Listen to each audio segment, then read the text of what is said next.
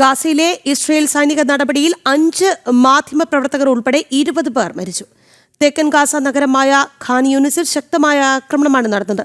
സംഭവത്തെക്കുറിച്ച് ഉന്നതതല സൈനിക ഉദ്യോഗസ്ഥ തലത്തിൽ അന്വേഷണം നടത്തുമെന്ന് ഇസ്രയേൽ പ്രധാനമന്ത്രി ബെഞ്ചമിൻ നെതന്യാഹു അറിയിച്ചു. ഹമാസ് സിവിലിയൻ സംവിധാനങ്ങളെ മനുഷ്യ കവചമാക്കി ഉപയോഗിക്കുന്നുവെന്നും സാധാരണക്കാരെ ലക്ഷ്യമിട്ടില്ലെന്നും പ്രതിരോധ സേനാ വക്താവ് അറിയിച്ചു. Earlier today, IDF troops carried out a strike in the area of Nasser Hospital in Khan Yunis. We are aware of reports that harm was caused to civilians, including journalists. I would like to be clear from the start. The IDF does not intentionally target civilians. The IDF makes every effort to mitigate harm to civilians while ensuring the safety of our troops. Any incident that raises concern in this regard is addressed by the relevant mechanisms in the IDF. We are operating in an extremely complex reality.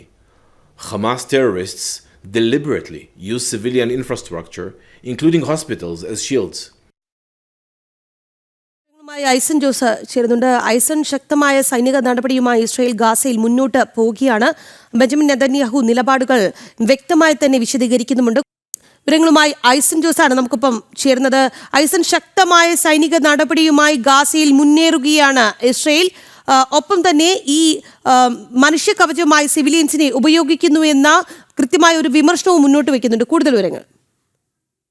തീർച്ചയായും ഈ മനുഷ്യ കവചമായി സിവിലിയൻസിനെ അല്ലെങ്കിൽ സാധാരണക്കാരെ ദുരുപയോഗം ചെയ്യുന്നുവെന്ന ആരോപണം കർശനമായി ഹമാസിനെതിരെ നേരത്തെ തന്നെ ഉള്ളതാണ്. ഈ ഒരു സാഹചര്യത്തിൽ കൂടിയാണ് ഇപ്പോൾ ഉണ്ടായ സംഭവം. നസർ ഹോസ്പിറ്റലിലുണ്ടായ ഈ ആക്രമണത്തെ തുടർന്ന് 20 പേർ മരിക്കുകയും അതിൽ പേർക്ക് പരിക്കേൽക്കുകയും ചെയ്തു. മരിച്ചവരിൽ 5 വിദേശത്ത് നിന്നെത്തിയ മാധ്യമപ്രവർത്തകരുണ്ട്. തീർച്ചയായും നമുക്കറിയാവുന്നതാണ്, മാധ്യമപ്രവർത്തകർക്ക് ഔദ്യോഗികമായ പ്രവേശനത്തിന് അനുമതി ഇസ്രയേൽ നൽകിയിരുന്നില്ല. എങ്കിലും അവിടെ എത്തിയ മാധ്യമപ്രവർത്തകരും ആക്രമണത്തിൽ കൊല്ലപ്പെട്ടു എന്ന വസ്തുത തിരിച്ചറിയുന്നതിന്റെ പശ്ചാത്തലത്തിൽ ഉടനെ സൈനിക അന്വേഷണം നടത്തുമെന്ന് ഒരു നിലപാടാണ് ഇപ്പോൾ ബെഞ്ചമിൻ നെതന്യാഹു അറിയിച്ചിരിക്കുന്നത്. സൈന്യവും അക്കാര്യം സ്ഥിരീകരിക്കുകയും ചെയ്യുന്നുണ്ട്. നിലവിൽ നമുക്ക് ലഭ്യമാകുന്ന വിവരങ്ങൾ അനുസരിച്ച് കടുത്ത സൈനിക നടപടികൾ അവിടെ തുടരുമെന്നാണ് അറിയാൻ സാധിക്കുന്നത്.